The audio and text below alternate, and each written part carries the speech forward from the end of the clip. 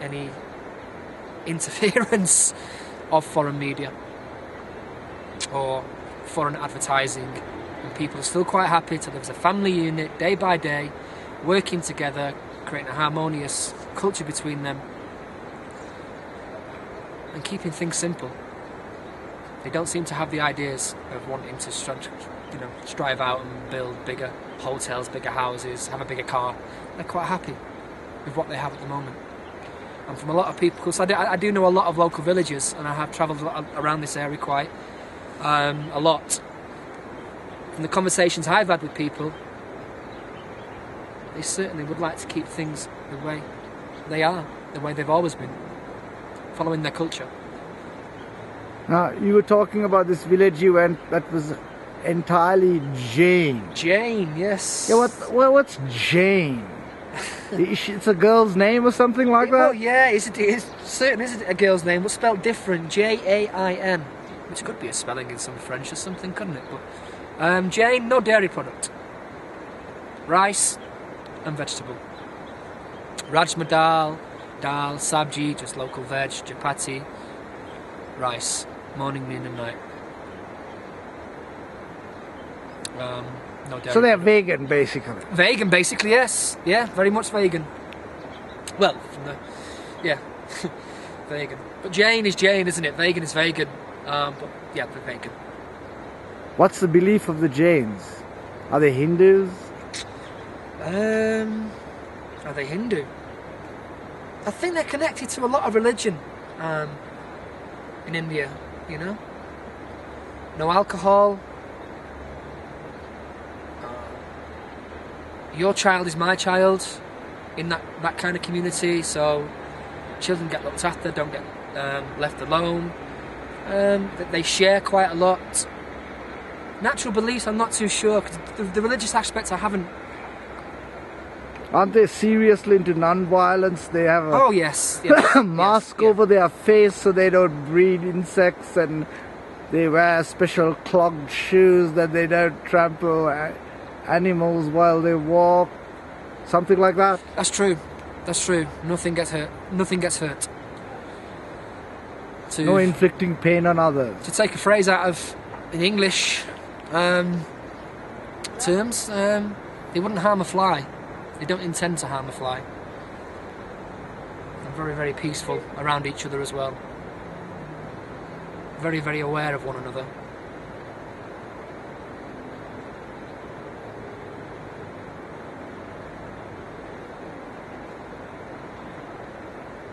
And giving. Their religion seems to teach them how to give. I stayed in the village in the summertime. I stayed there for 1 month. And they fed me 3 times a day, washed my clothes. For free? For free. They didn't charge you any money? No, I managed to sneak out to market and buy sacks of rice and sacks of vegetables on the sly and sneak it in through the back door, but they didn't seem to want anything when the payment was offered, or if I was offering something. No, they waived it. How many communities in the world? So there is a thing called a free lunch somewhere in the world. Sorry? I said there is a place in the world where you do have a free lunch. Oh yes, of course. Yeah. Yeah. Was there any hidden expenses later that you had to shell out for? There was none. So it was truly a free lunch. It was. Dinner. It wasn't intended. Not an intentional free lunch. Yeah, free lunch, dinner and breakfast. And chai and chapatis and time pass. But I went to work with them as well. I worked in the hills with them, helped them cut the grass for the winter, baled the hay, laid the straw for drying, for the cows to eat in the winter when the land becomes frozen. The cows have no grass, so they cut all the grass that's overgrown in the summer before the winter comes, dry it and stack it for the cows to eat. I did help on that, on them various projects, and I was quite welcome to do so. Okay, 1 minute. Yeah, so now let's talk about zero carbon footprint. What's a zero carbon footprint? What would it look like? Well, it wouldn't look like anything, would it? Because of a zero carbon footprint. no pollution, all sustainability. A carbon footprint leaves behind a massive destruction, doesn't it? In environment, in wildlife, into the villages. You know, Do you think that Himachal Pradesh, in a way, is one of like our Earth's unexplored wonders, untouched wonders still? I do, yes. Waiting to be explored. Yeah, I do. The wonders here are vast, very vast. Untouched.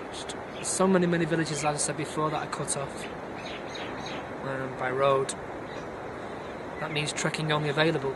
Have you done a lot of trekking around here? I've done quite a bit, yes. Done quite a bit. This time of year is difficult. It gets cold, but 4:30. But in the summertime, trekking paths, they open up. And the people are very welcoming. When you're passing through small villages, people offer you chai, a sit down, water.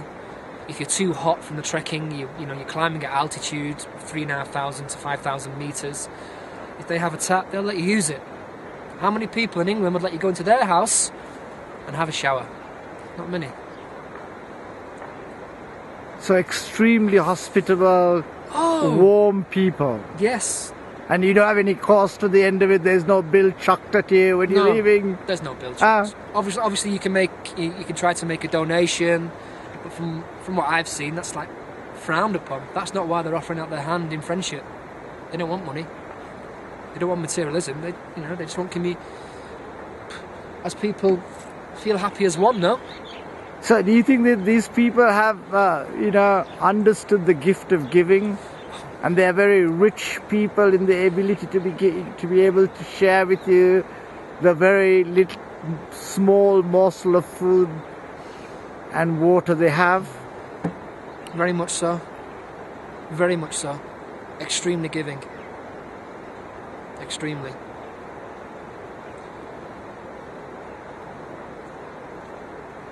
Is this what inspired you to look for what's the family unit as the first form of giving before you explode and expanded to everyone else? Yes. The family unit is paramount in any walk of life. It has to be nurtured, it has to be giving, it has to be love, it has to be product. Without communication in the middle, without love in the middle, spreading around, then the family just surely will become cold. There's a lot of warmth in the families here. They smile together, they laugh together, they cry together. When there's a wedding, the whole village eats. The whole village eats. Not just 50 friends on a guest list. Everyone's invited. The whole village. That includes you too, as a foreigner. It's like, they don't know from Adam. They welcome us to actually have a look inside their culture. As a foreigner? I'm the foreigner, yes, of course. I'm the foreigner. And you've been to weddings here? There was one a couple of weeks ago that lasted for 5 days.